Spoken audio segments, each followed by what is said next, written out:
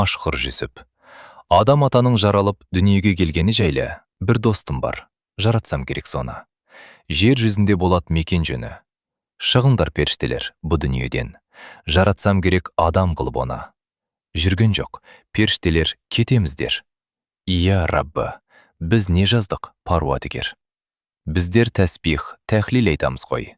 Жаралса адам ұғлы, күнә қылар. Шығындар періштелер, тілімді алып. Ғажаппен болған тағат күйір жанып. Қала инси, ағламу, уәмәлә тағламын деп. Шығарды бәрін тегіс Жаббар Халик. Топырақтан жаратам адам дейді. Періштем, бұйрам саған дейді. Бардағы мағриб, машрих ортасынан бір уыс топырақ ап келмаған дейді. Жаралған адам пенде қиналмаққа, ойласын, келдім деп сыналмаққа. Бәрекелді, рахымың аз екен деді.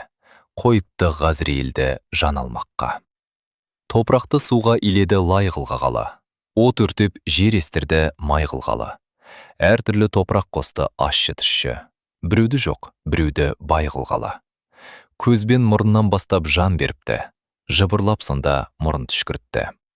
Аузына жан барған соң хамд айтып, дегенде әлхамдулилля тіріліпті. Ярхамғы Құдайынан жауап келген. Имамдар мұны айтпақта сауап білген. Аяқ, қол, кеуде, бөксе, жеті мүше. Аралап бір шыбын жан бәрін кезген. Құдайым Жибрейілге барсын депті. Ақыл, иман, ұятты салсын депті. Үштің бірі жанға жарар деген мақал. Адан таңдап біреуін алсын депті.